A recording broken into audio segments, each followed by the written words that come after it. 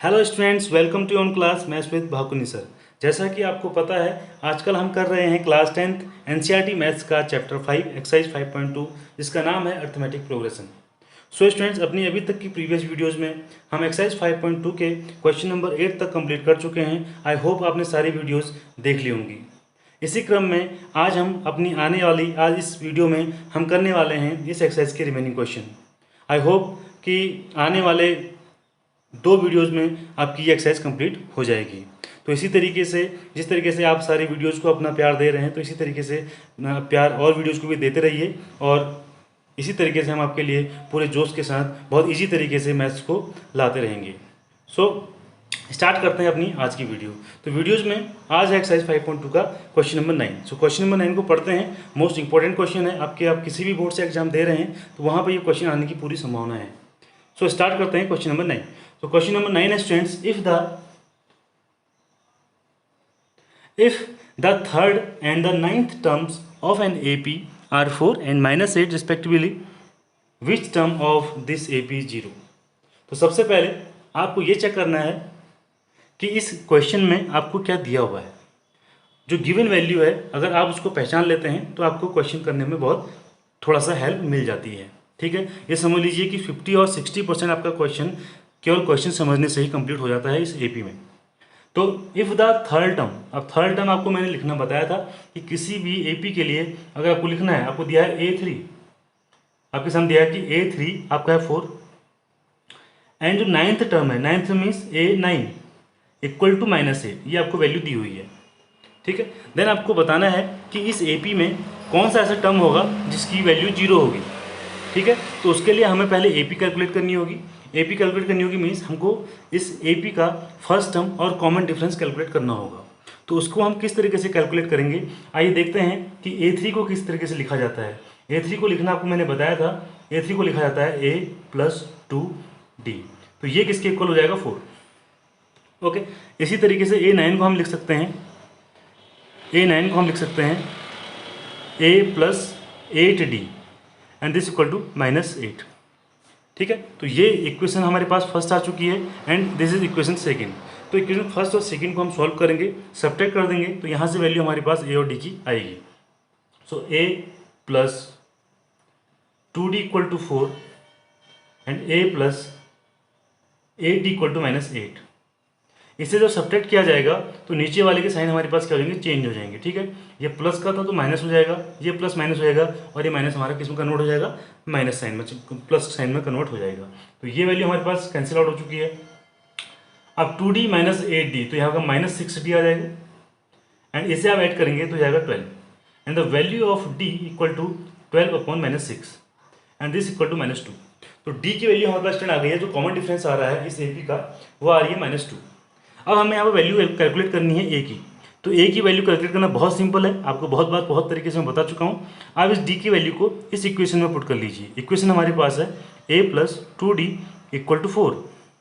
Okay, तो A + 2 × D is -2 = 4 and A - 4 = 8 and the value of A = 4, ये हो जाएगा तो हो जाएगा +4, तो हो जाएगा 8। तो हमारे पास वैल्यू आ गई है A = 8 एंड D = -2। ठीक है, अब इससे प्रीवियस क्वेश्चन अगर आपने प्रीवियस वीडियोस हमारे देखी हैं तो वहाँ पे मैंने आपको कैलकुलेट करना बताया है कि किसी एपी का हमें ये बताना है कि विच टर्म इज 0। हम यहाँ पर लेके चलेंगे, suppose let nth term of AP is 0, ये हम लेके चल रहे हैं। मान लीजिए जो एपी हमारे पास है उसका जो nth टर्म है वो क्या है, 0 है। Means the value of an हमारे पास है 0। ओके, और A की वैल्यू हमने निकाल ली है 8 and the value of D हमारे पास है -2। तो यहाँ पर वैल्यू लिखेंगे n टर्म वाला, तो इसका फॉर्मूला है an = A + n-1 D। an की वैल्यू हमारे पास 0 है, वैल्यू A हमारे पास है 8 प्लस n, उस टर्म की वैल्यू हमने निकालनी है, कौन सा टर्म है, एंड D है हमारे पास -2। इस 8 को इधर लेके आएंगे तो हो जाएगा -8, this equal to n-1 into -2। -2 को इधर लेके आ जाएंगे तो जाएगा n-1 = -8/-2, this equal to 4 and n-1 = 4 and the value of n = 4 + 1 = 5। It means ये है जो फिफ्थ टर्म है हमारे पास इस ए पी का, जो ए पी यहाँ से बनेगी ए डी और ये करके, तो इस तरीके से हम चेक कर सकते हैं कि जो फिफ्थ टर्म है वो जीरो आएगा। आप देखिए ए पी बना के देखिए, देखो ए पी का फर्स्ट टर्म हमारे पास क्या हो जाएगा 8, ठीक है। एंड ये केवल रफ वर्क है, आप इसको एग्जाम में नहीं करेंगे, ये आपको मैं केवल वेरीफाई करके दिखा रहा हूँ कि हमारा आंसर सही आ रहा है नहीं आ रहा है। फर्स्ट टर्म 8 है, सेकंड टर्म कैसे निकलेगा, इसमें डी प्लस कर देंगे, तो 8 में डी -2 को प्लस करेंगे तो आ जाएगा 6, फिर करेंगे तो हो जाएगा 4, फिर करेंगे 2 और फिर हो जाएगा 0। देखिए 1 2 3 4 5, तो फिफ्थ टर्म हमारे पास 0 आ रहा है। इट मीन्स हमारा जो आंसर है वो सही है। तो आई होप आपको ये क्वेश्चन समझ में आ गया होगा। सो अब चलते हैं इस एक्सरसाइज के नेक्स्ट क्वेश्चन पे। सो स्टूडेंट्स करते हैं क्वेश्चन नंबर 10। तो क्वेश्चन नंबर 10 को एक बार पढ़ लेते हैं, क्या क्या चीज़ हमें गिवन है, उसके बाद देखते हैं कि हमें क्या इसमें कैलकुलेशन करना है। तो क्वेश्चन नंबर 10 है the 17th term of an AP, कि किसी एपी का जो 17th टर्म है exceeds its 10th terms bye 7, तो फाइंड द कॉमन डिफरेंस। आपको कॉमन डिफरेंस कैलकुलेट करना है और क्वेश्चन में आपको बहुत इजी तरीके से यहाँ पर दिया हुआ है कि जो 17th टर्म है, मीन्स आपके बता रहा है कि 17th टर्म को हम क्या लिखते हैं A17, ये एक्सीड्स करता है 10th टर्म से, ज़्यादा है 10th टर्म से कितना 7। देखिए इस क्वेश्चन को आप ध्यान से अगर पढ़ेंगे तो आपके सामने ये कंक्लूजन निकल गया। इस लाइन को अगर पढ़ें यहाँ तक तो इस लाइन को समझ में आ रहा है कि जो 17th टर्म है वो 10th वाले टर्म से 7 ज़्यादा है। तो 10th वाले टर्म में हमने 7 को ऐड कर दिया, तो यहाँ पे हमारा आ गया इजीली ये वाला रिलेशन। ओके, अब ये रिलेशन जब आ गया है तो वैल्यू आप सबको पता है कि किस तरीके से पुट की जाती है। तो A17 को अगर मुझे लिखना है तो मैं A+16D लिखूंगा। देखो ये किस तरीके से हम लिख रहे हैं, ये प्रीवियस वीडियोज़ में जो आपका बेसिक वाला मैंने एक इंट्रोडक्शन वाला पार्ट बनाया है, उस इंट्रोडक्शन वाले पार्ट में आप जरूर जाके देख लीजिए, नहीं तो आपको ये लिखने का तरीका समझ में नहीं आएगा। ठीक है, और बार बार हम अगर उन क्वेश्चंस को, उन कॉन्सेप्ट को दोबारा बताएंगे तो उससे वीडियोज़ बहुत लंबी हो जाएंगी और आपके सिलेबस करने में बहुत टाइम लग जाएगा। सो आपसे रिक्वेस्ट है कि आप जाके जरूर उन वीडियोस को खुद जाके देख लीजिए, प्लेलिस्ट में देखिए। अब A10 को क्या लिखेंगे, A+9D एंड +7 हमारे पास है, तो A10 को हमने लिख दिया A+9D और A17 को हमने लिख दिया A+16D। तो A से A तो हमारा कैंसिल हो चुका है। अब इसे लेके आएंगे तो 16D - 9D this equal to 7, और इसको अगर माइनस करेंगे तो जाएगा 7D equal to 7 and the value of D equal to 7/7 this equal to 1। तो यही हमारे पास क्या है, कॉमन डिफरेंस। तो वैल्यू ऑफ कॉमन डिफरेंस हमारे पास आ गई है 1। तो बहुत इजी क्वेश्चन था और इजी तरीके से हमने इस क्वेश्चन को पढ़ा। बस आप क्वेश्चन का मीनिंग समझ लीजिए तो आपका सॉल्यूशन बहुत ईजी हो जाएगा। ठीक है, अब चलते हैं एक्सरसाइज के नेक्स्ट क्वेश्चन पे। सो स्टूडेंट आप स्टार्ट करते हैं क्वेश्चन नंबर 11। तो क्वेश्चन नंबर 11 को ध्यान से पढ़िए, बहुत इंटरेस्टिंग क्वेश्चन है और आपको बहुत इजी तरीके से मैं इस क्वेश्चन को बताने वाला हूँ। ठीक है, तो क्वेश्चन नंबर 11 है विच टर्म ऑफ एपी, आपको एपी दी है 3, 15, 27, 39 एंड ये आगे को इस तरीके से आगे चलते जा रहा है, will be 132 more than it's 54th term. आपको बताना है कि इस एपी का एक ऐसा टर्म है जो क्या है 132 ज़्यादा है, कौन सारे टर्म से, इस वाले टर्म से। मीन्स इस वाले टर्म की जो वैल्यू है उससे, उसमें हमने क्या ऐड करना है, 132 ऐड करना है।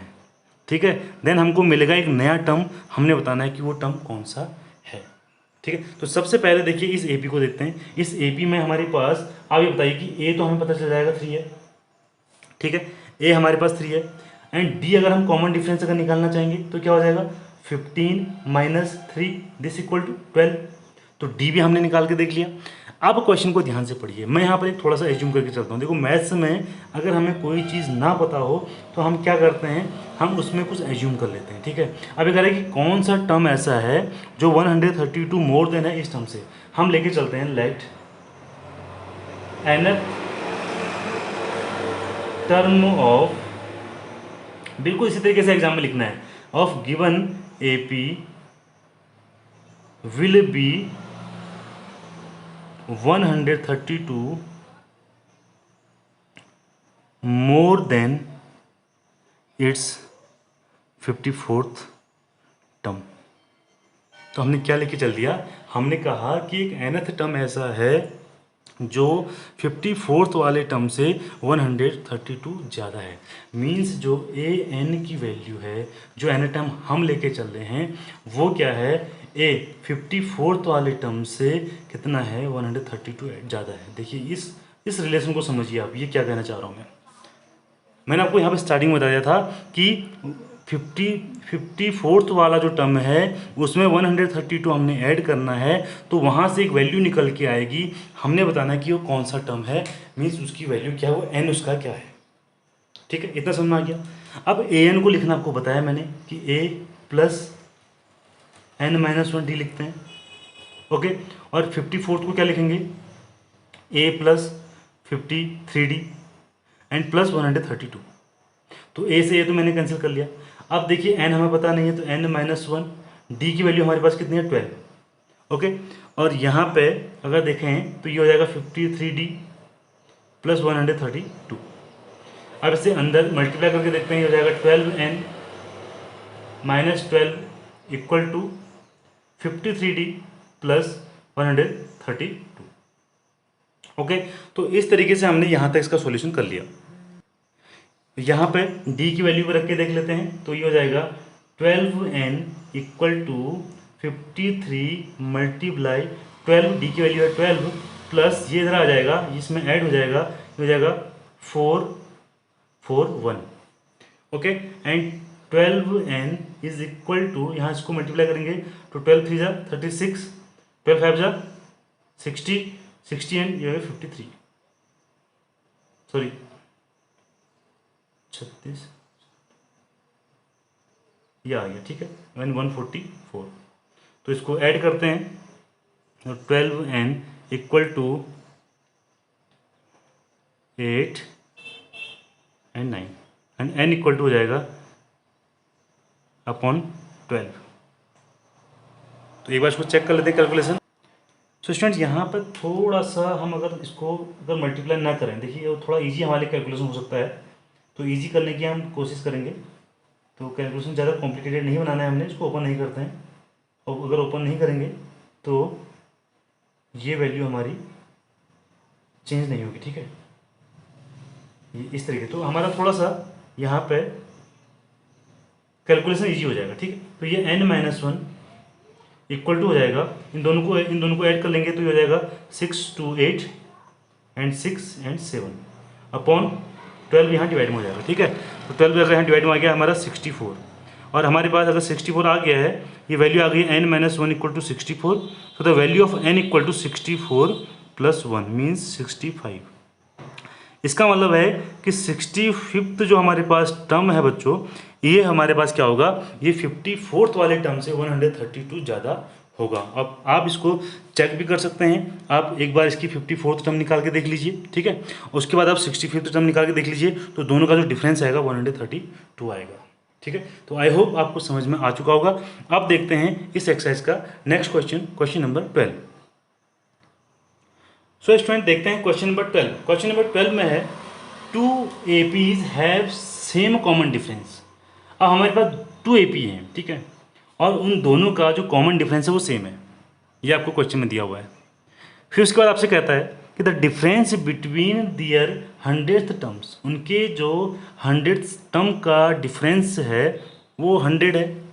ओके, तो आपको बोलता है कि what is the difference between their 1000th term, means जो AP हैं, इन APs का जो 100 टर्म्स हैं, मतलब फर्स्ट वाले का, तो अभी आपको चलो मैं इसको थोड़ा सा एग्जांपल से समझाता हूँ, वो ज़्यादा बेटर तरीके से आपको समझ में आएगा।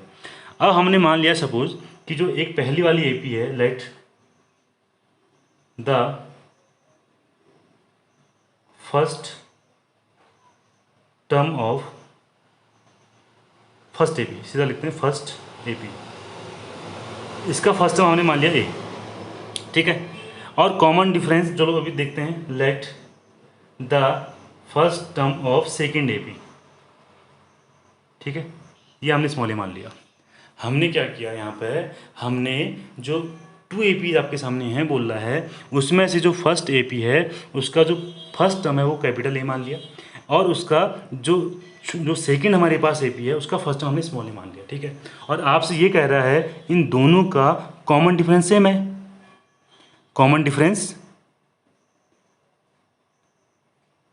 सेम है, मीन्स D है हमारे पास, इसके इस AP का भी कॉमन डिफरेंस D है, और इस AP का भी कॉमन डिफरेंस क्या D है।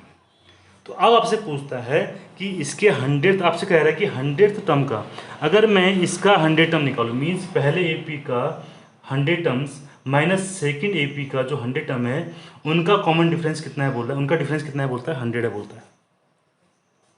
यहाँ पर आपसे क्वेश्चन में कहा गया है कि द डिफरेंस बिटवीन 100 टर्म, तो 100 टर्म इसका निकाल लिया A100 और 100 टर्म इसका भी निकाल दिया स्मॉल a का 100, इनका जो डिफरेंस है मीन्स का जो माइनस है वो 100 है, ये आपके सामने दिया हुआ है।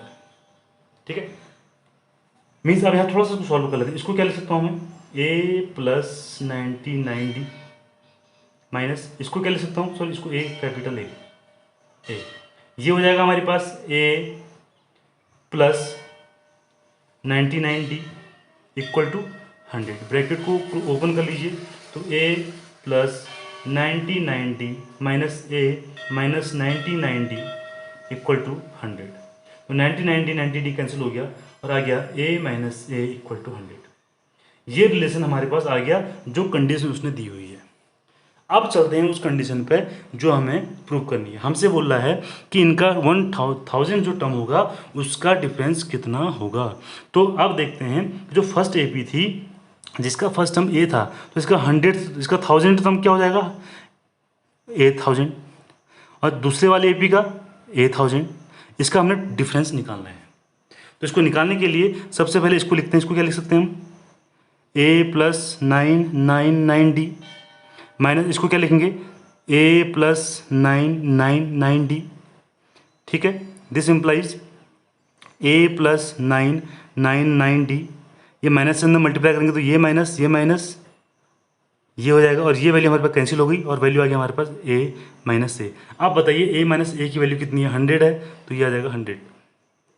इट मीन्स क्या हो जाएगा कि जो 100 टर्म का जो डिफरेंस होगा, सॉरी 1000 टर्म का जो डिफरेंस है इन दोनों APs का वो कितना है 100 है।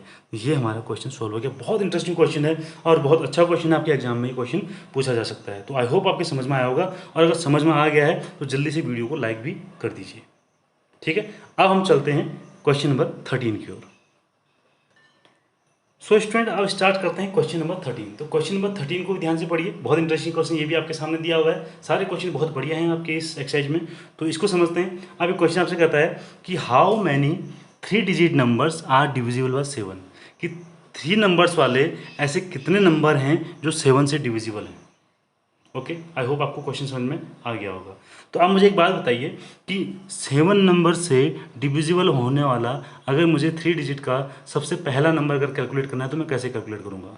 तो सबसे पहला नंबर आप कैलकुलेट करके देखिए, तो 3 डिजिट वाला तो वो होगा 105।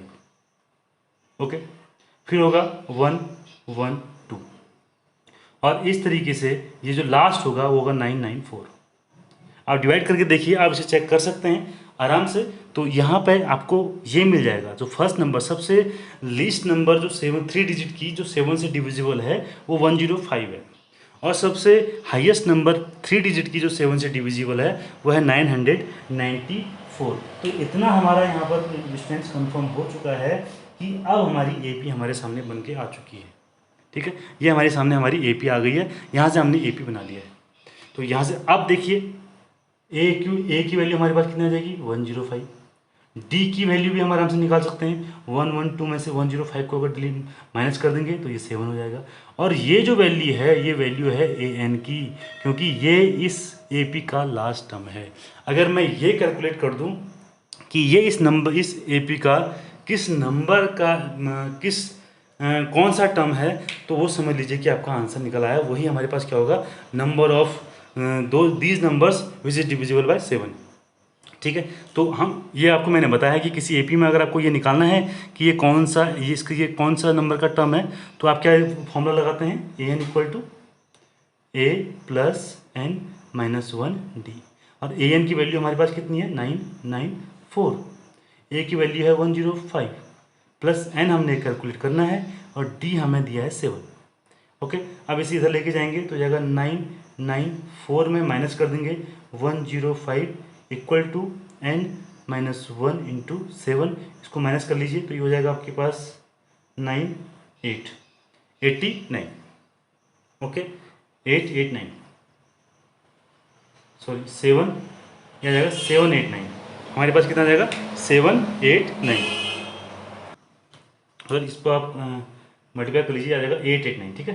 889 हमारे पास आ गया। अब देखिए यहाँ से वैल्यू यहाँ पर क्या आ गई है, n-1 की अगर मुझे वैल्यू निकालनी है तो आप 889 में डिवाइड कर दीजिए 7 से, ठीक है, तो आएगा 127।